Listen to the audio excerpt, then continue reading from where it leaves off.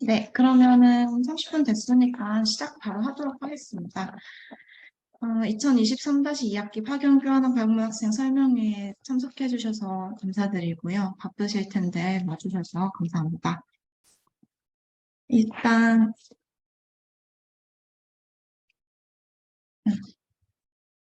오늘 말씀드릴 내용 좀 차례대로 짚어보자면 일단은 일정부터 말씀을 드릴 거고 선명회랑 선발이 언제 진행되는지 얘기해 드릴 거예요.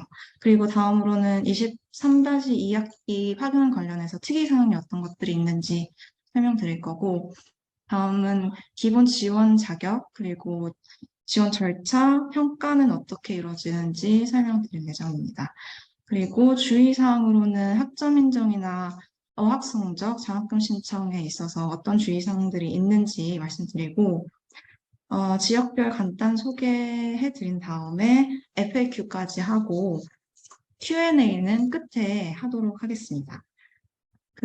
미리 말씀드리는데, 지난 학기 온라인 설명회에 이미 참여하신 분이시거나 아니면 국제처 유튜브를 통해서 1차 온라인 설명회 영상을 이미 보신 분들은 아마 내용이 많이 중복될 수도 있어요. 그래서 그 점은 참고해 주셨으면 좋겠습니다. 우선 설명회 일정부터 말씀드리자면 이미 공부사항은 다들 보시고 오셨겠지만 한번 말씀드릴게요. 오늘 이제 1차로 온라인 설명회 진행을 하고 있고요. 그리고 다음으로는 11월 말에 24일에 저희 팝업 상담 부스 진행할 예정입니다. 이때는 진짜 부스를 차려서 파견 관련해서 개별적으로 좀 심층 상담을 진행할 예정이니까 시간 되시는 분들은 많이 오셔서 이때 궁금하신 점 질문 많이 해주시면은 서로 도움이 될 것 같아요.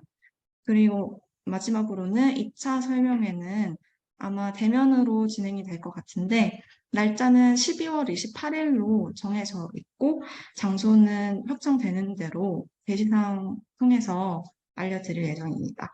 이때는 프로그램 지원 방법에 대해서 좀 더 세부적으로 설명해 드리고 그리고 특히 이 해당 학기에 파견 가능한 자매대학이 어디가 있는지 좀 자세히 설명을 해 드릴 거니까 정말 지원을 하고 싶으신 분들은 이 설명회는 필참이라고 생각해 주셨으면 좋겠어요.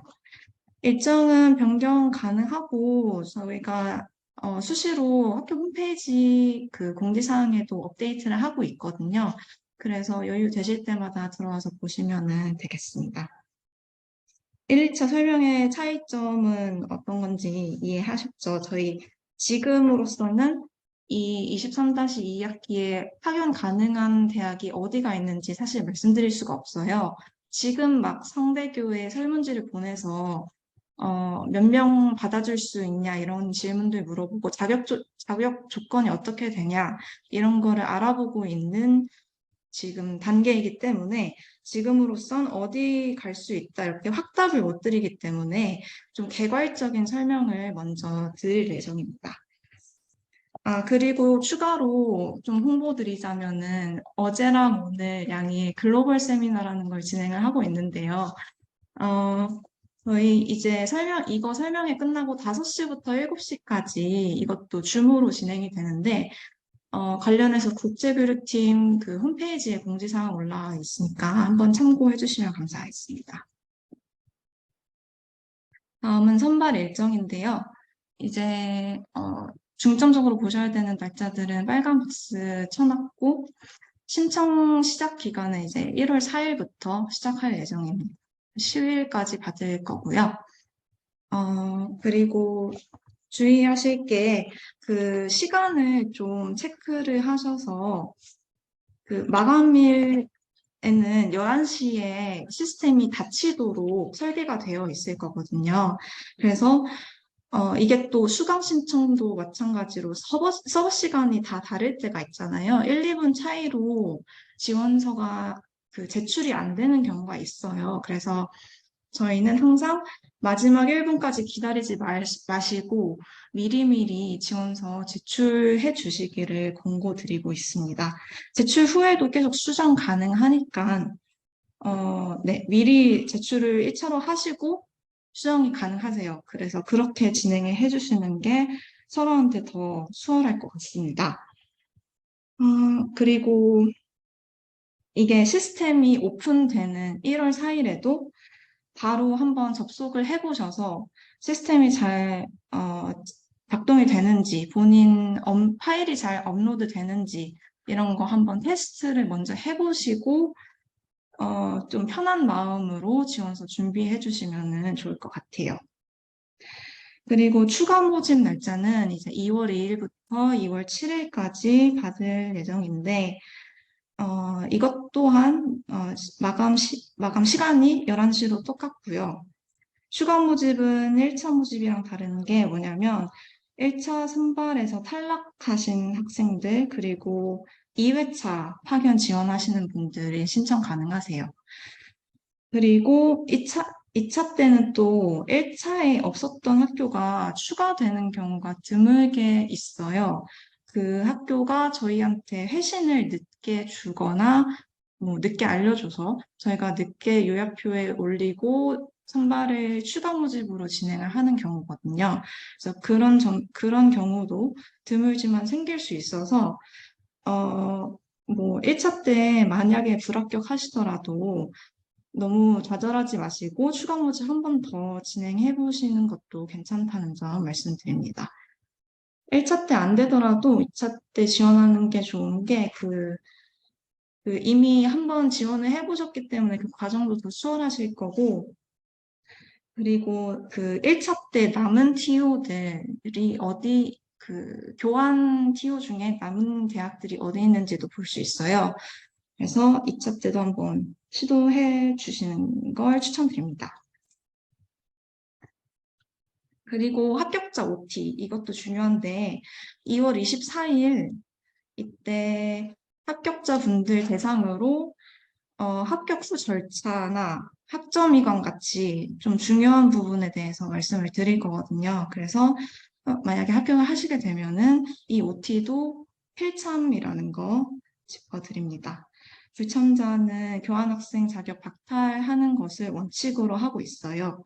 그래서 2월 24일 미리 날짜 일정을 비워주셨으면 좋겠습니다. 다음으로는 23-2학기 교환방문학생 파견 관련해서 특이사항을 말씀드릴 건데 일단 가장 중요한 거는 온라인 지원 기간 전에 올라가는 요약표를 확인해 주셔야 된다는 점이에요. 지금도 아마 올라가 있는 요약표가 있을 텐데 그거는 저번 학기 거고 지금 참고용으로 활용하시면 됩니다. 실제 지원 시에는 온라인 기간 전주 정도에 요약표가 새로 올라갈 거예요. 그래서 그 요약표가 업데이트된 정보들을 다 포함하고 있을 거기 때문에 그거를 토대로 지원서 작성해 주시면 됩니다. 다음으로는 이제 코로나19로 인해서 파견 연기나 포기 신청하는 거는 불가하다는 거 짚어드리고요. 지금 이제 팬데믹이 거의 다 종결된 시점이라고 판단을 해서 이런 원칙을 세웠으니 양해해 주시기 바랍니다. 하지만 상대교에서 프로그램을 아예 취소를 하거나 아니면은 상대교에서 온라인 전환을 하겠다라는 결정을 저희한테 보내오면 그때 그 이유로 인한 파견 포기는 가능하세요. 그리고 이때는 또 재지원도 가능하실 거예요. 그리고 마지막으로 상대교 온라인 파견 프로그램 참가 시 본교 수업이랑은 중복 수강 불가합니다.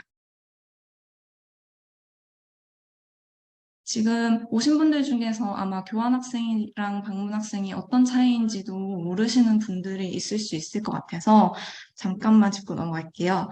교환학생은 영어로는 exchange student고 이게 1대1 exchange라서 만약에 상대교에서 학생을 안 보내면은 저희도 학생을 보낼 수가 없습니다. exchange가 교환이라는 뜻이기 때문에 학생이 이렇게 오고 간다는 뜻이기 때문에 그렇게 진행이 되는 거고요. 등록금 같은 경우는 본교에만 납부하게 됩니다. 그리고 협정 기반으로 진행되는 교류이기 때문에 TO가 제한되어 있어요. 그리고 상대교에서 매 학기 TO를 몇 명을 줄지 매 학기 달라집니다. 반대로 방문 학생은 영어로는 비지팅 스튜던트라고 하는데 등록금을 상대교에도 내셔야 되고 본교에서도 내셔야 돼요. 다만 본교에서는 이제 장학금 처리가 돼서 본교 등록금은 20%만 내시면 되고요. 이런 이유 때문에 경제적으로는 좀 더 부담이 있으실 테지만 그 장점은 TO가 제한이 없다는 장점이 있습니다. 방문 학생은 또 그 요약을 올려드릴 때 방문 학생 가능한 학교 리스트를 따로 올려드릴 테니까 그 점 참고해 주시고요. 파견 가능 기간은 매년 가을학기 파견자는 한 학기 또는 1년 파견 가능한 경우가 많고요. 봄학기 같은 경우는 한 학기 파견 가능한 경우가 많아요. 그래서 여러분들은 이제 가을학기 파견자 예정자들이시니까 아마 선택권이 더 많다. 이 점이 장점이 될 수 있을 것 같습니다.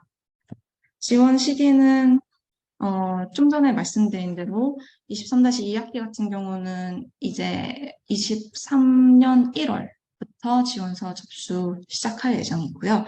공지사항 그때그때 확인해 주시는 거 잊지 말아주세요.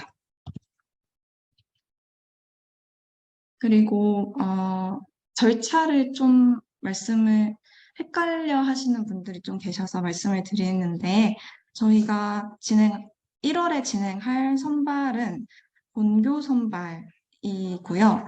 최종 합격이 아니에요. 그래서 본교에서 합격이 되더라도 상대교에서 안 받아줄 수도 있어요. 이런 경우는 굉장히 드물지만 절차가 일단은 본교 선발에서 합격하시면 저희가 상대교로 노미네이션을 발송을 해요. 이거는 이 학생들을 추천한다는 의미의 서류이고 그러면은 이제 학생들은 어플리케이션을 본인들이 상대교에 작성을 해주시면 됩니다.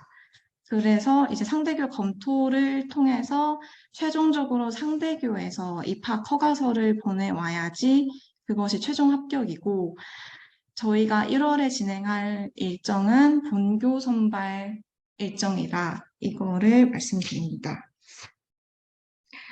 상대교에서도 그리고 다양한 변수가 있어서 만약에 상대교 학과의 교수님이 불합격이라고 통보를 하신다.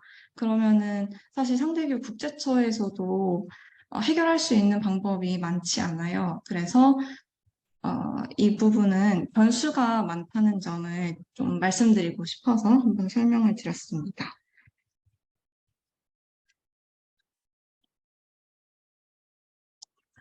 그리고 많은 분들이 가장 궁금해하실 기본 지원 자격이랑 선발 방법인데요.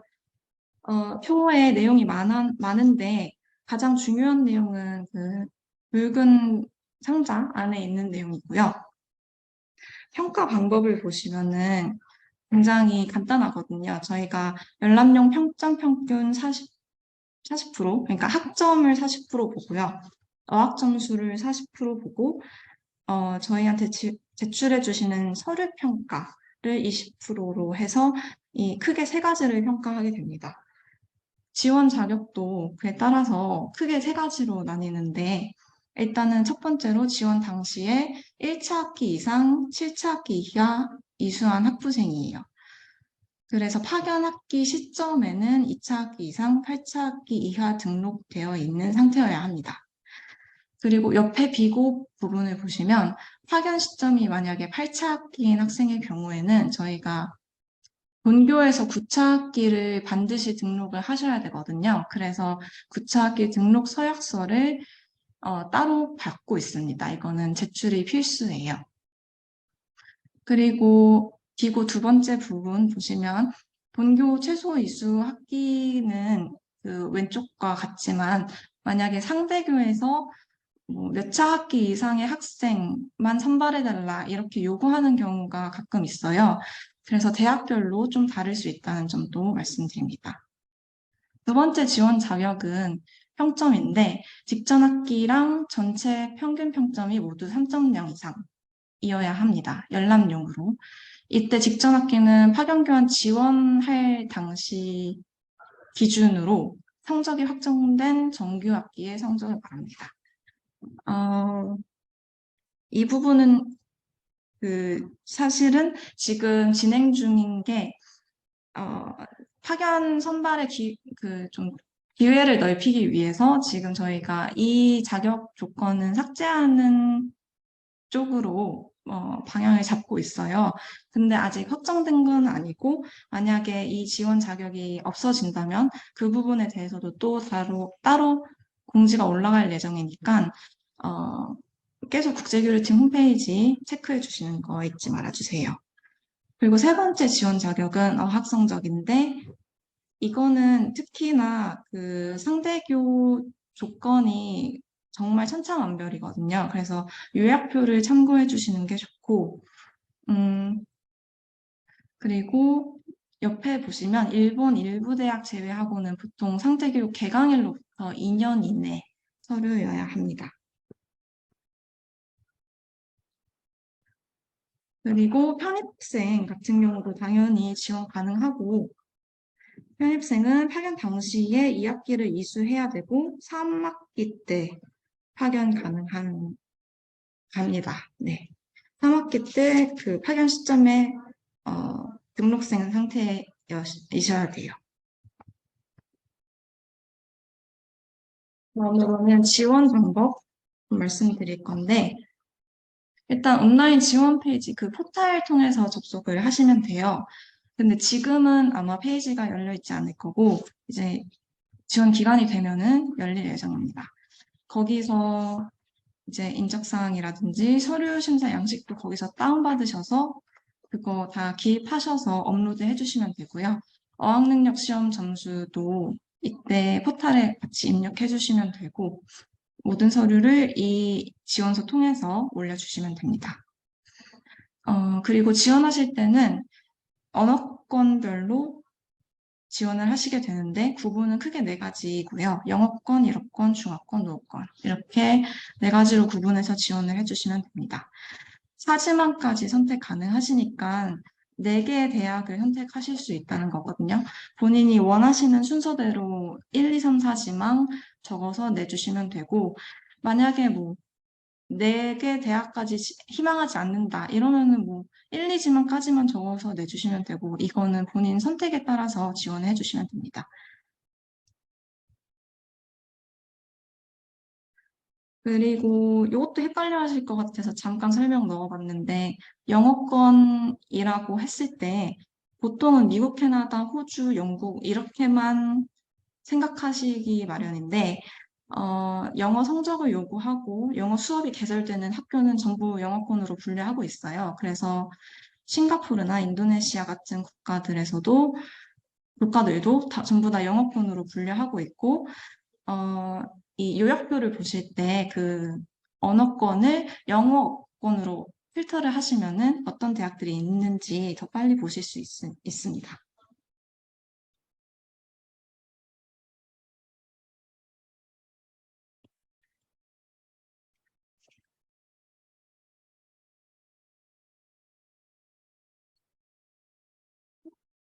그리고 선발 절차 다시 한번 말씀드리자면 일단은 그 기본 자격에 따라서 지금 해주셔야 되는 거는 학점 관리 하시는 거랑 어학 점수 취득하시는 거, 이 두 가지고요. 그리고 지금부터 어디 대학으로 가고 싶으신지 그 대학에 대해서 공부하시는 것, 이거 세 가지가 크게 지금 하셔야 될 일일 것 같아요. 그리고 이제 온라인 지원이 열리면 이제 제출해 주시면 되고, 심사를 거쳐서 노미네이션 어플리케이션까지 하신 다음에 이제 상대교 입학 허가서를 받아보실 수 있게 됩니다. 흔히 하시는 질문들 중 하나가 어학 점수가 지원 당시에 필요하냐라는 질문이신데, 네, 지원 당시 때 어학 점수 필요하고요. 어학 점수가 40%가 들어가기 때문에 그 평가 비중이 커요. 그래서 최대한 높은 점수로 받아주시는 게 좋습니다.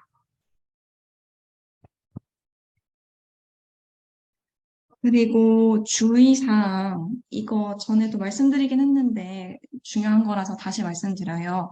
요약표에 있는 내용뿐만 아니라 상대교 정보지까지 한번 직접 들어가 보셔서 상대교에 대한 공부를 충분히 하시는 게 좋아요. 특히나 본인이 뚜렷한 목표를 가지고 목표한 대학에 있다면 그 상대교에 대해서 지금부터 공부를 시작하시는 게 좋습니다. 요약표 같은 경우는 온라인 신청 기한 직전까지 계속 업데이트를 해드릴 테니까 반드시 최종본을 항상 확인하시는 게 좋고요. 요약표는 저희가 정리를 해서 올려드리는 건데 상대교 정보지 중에서 중요한 부분을 요약해서 정말 표로 만들어서 말 그대로 올려드리는 거거든요. 그래서 당연히 이 부분에서 놓치는 부분이 있을 수 있어요, 저희가. 아니면 부연 설명이 필요한 부분이 있을 수 있어요. 그런 부분들은 상대교 정보지 본인이 직접 찾아봐서 준비를 해주셔야 합니다. 상대교 정보지에 봐도 부족한 정보가 있다 하면은 상대교 홈페이지까지 들어가서 일단 찾아보신 다음에 그래도 없으면 저희한테 문의 주시면 저희가 더 알아보도록 하겠습니다.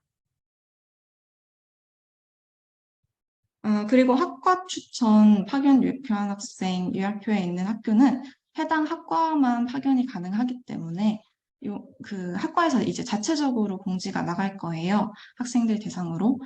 그래서 이 부분도 참고 부탁드립니다.